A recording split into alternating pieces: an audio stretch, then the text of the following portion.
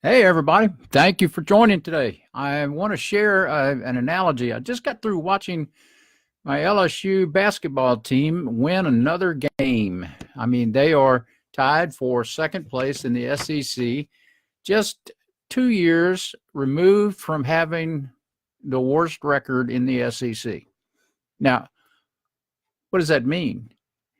It reminds me of situations that I incurred in the days of doing turnarounds with businesses that were financially dysfunctional or had lost their way and were just in disarray, and working with the leaders and the owners of companies to put those companies back together was quite a challenge.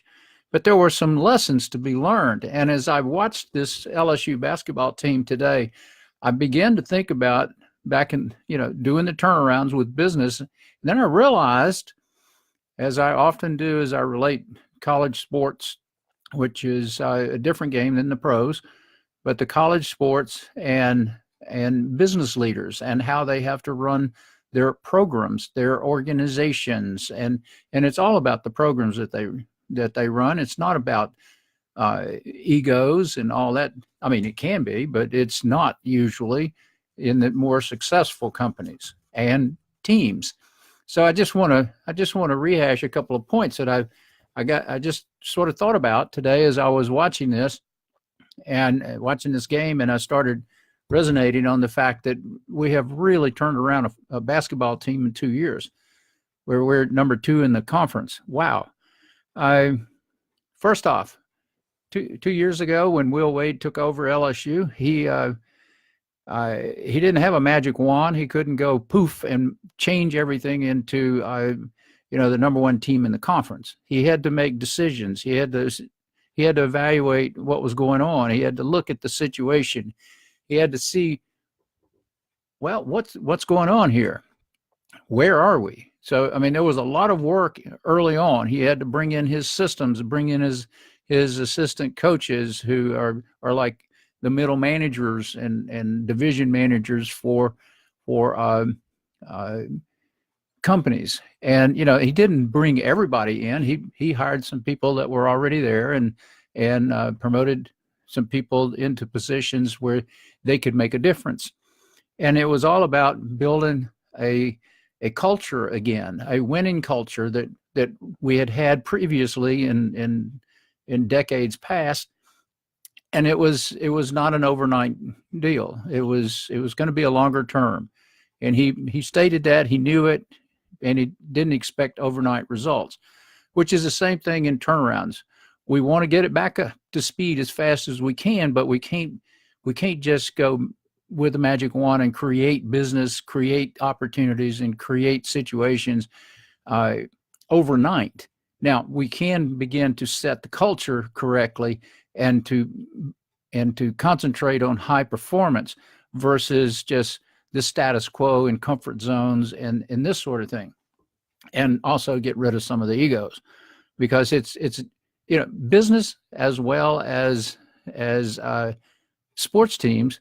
You've got to have the playmakers for sure, but those playmakers have to be able to play within the limits of the team, or that have a be more concerned about the outcomes for the team rather than their personal uh, scorecard, so to speak. And that's a difference. That's a huge difference maker in build finding people of character and that grow. I know my grandfather taught me years ago that character was more important than money or finance and that sort of thing, because a man's word was everything. And if they had high character, if they had given you their word on something, they would perform.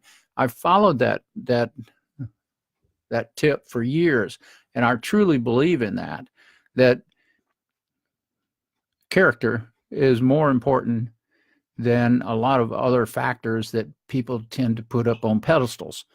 I know that during the recessions that I've witnessed through my 50 years of business, I've noticed that people who did not have character would react to bad situations by blaming others and doing lawsuits, etc. But I regress. So excuse me on that.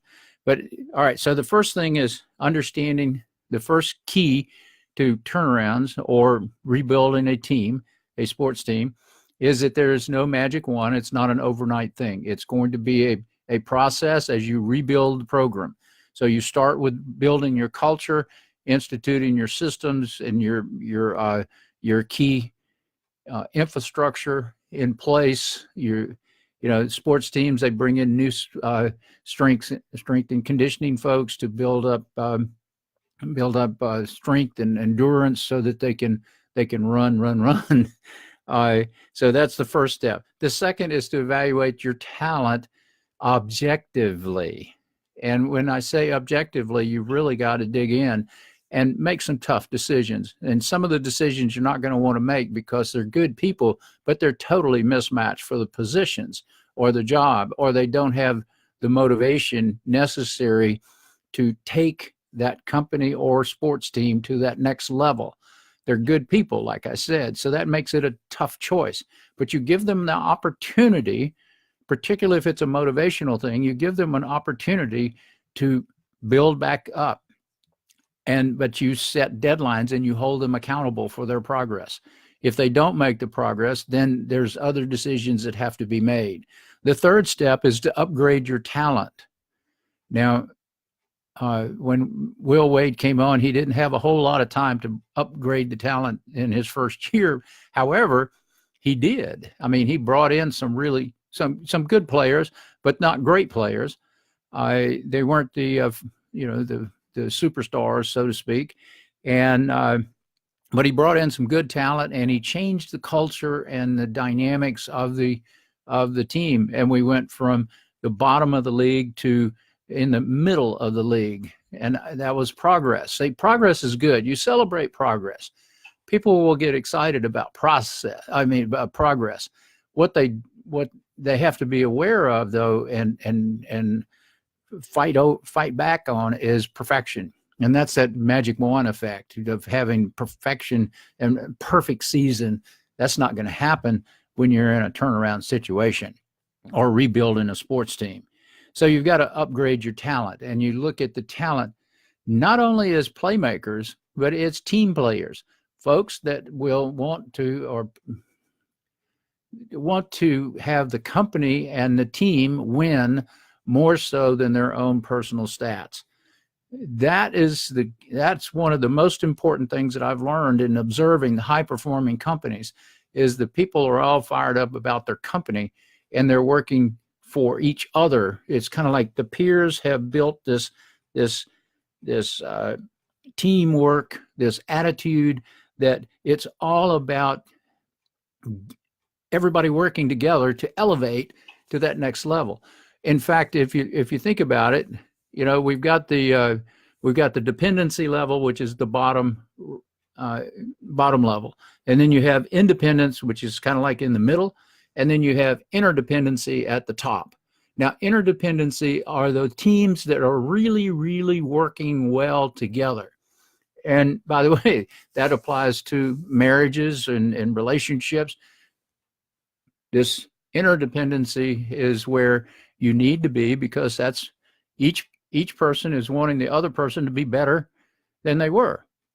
And they work for the other people as well as themselves. They know what they're capable of doing, but they want to help others get to that next level too. It's exciting to watch.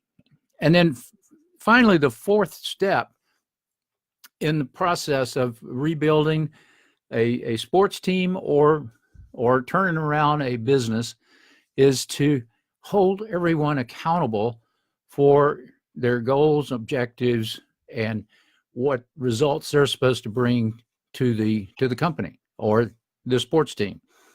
If you're not holding people accountable, if you're cutting slack or you're playing favorites, then you will have a problem. I mean, a big problem. The attitudes will drop, the culture will suffer, and the performance will likewise go down. And we don't really need that to occur. We've already had that happen, and we know how wonderful that was. The shareholders, so to speak, the fans in the stands, or the owners and or stockholders of a business, they're all going to look at it and say, man, we're not performing well. And then attitudes go down, confidence goes down, and we need to rebuild all that. So that's the process. It can take a while. It can take a year, or it can take 3 years. But the key is always look for progress. Progress is more important than perfection. Perfection is one of those goals that's almost impossible to reach, and it also creates a blaming mentality when the perfection is not reached.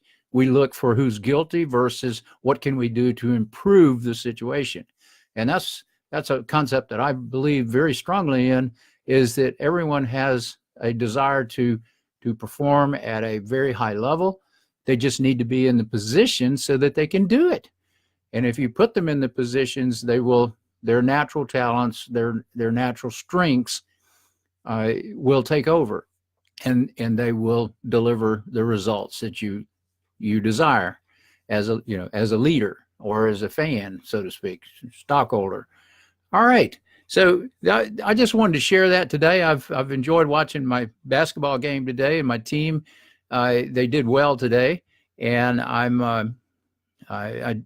just want to share that, you can get analogies from anything that you pay attention to.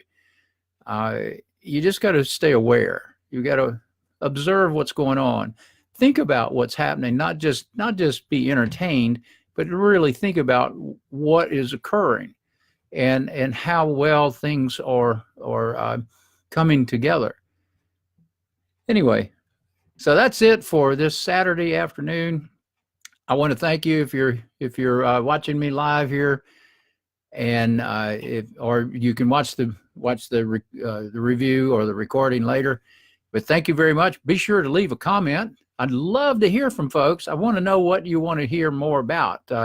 Just as a reminder, I hit 70 last year, and I started thinking about, well, that's 50 years of business experience, and I'm 36 years as an entrepreneur. I want to leave something behind. I picked that up from a song by Sean Rowe, To Leave Something Behind. Beautiful song, beautiful words. And I realized that I should be sharing some things with the newer generation, the younger generation of entrepreneurs, so they can excel without the hiccups and the trial and error processes that I had to go through during my 36 years of running my own business. So with that, I just want to make sure that you put a comment below and let me know how you feel about things. Look, engagement is good. I like a good comment. I will read it, not a bot, but me. And I look forward to that. And if you've got questions, I know I've answered some questions for some people in the past. I will be more than happy to do that if you just ask the question. So thank you very much. And I might be on tomorrow. Just stay tuned. Watch for old Voss Graham to come on and share some insights with you. As I've told you in the past, I'm an organizational architect, meaning that I help companies, business owners grow their business enterprise, particularly small business entrepreneurs. Anyway, you take care. Have a great weekend.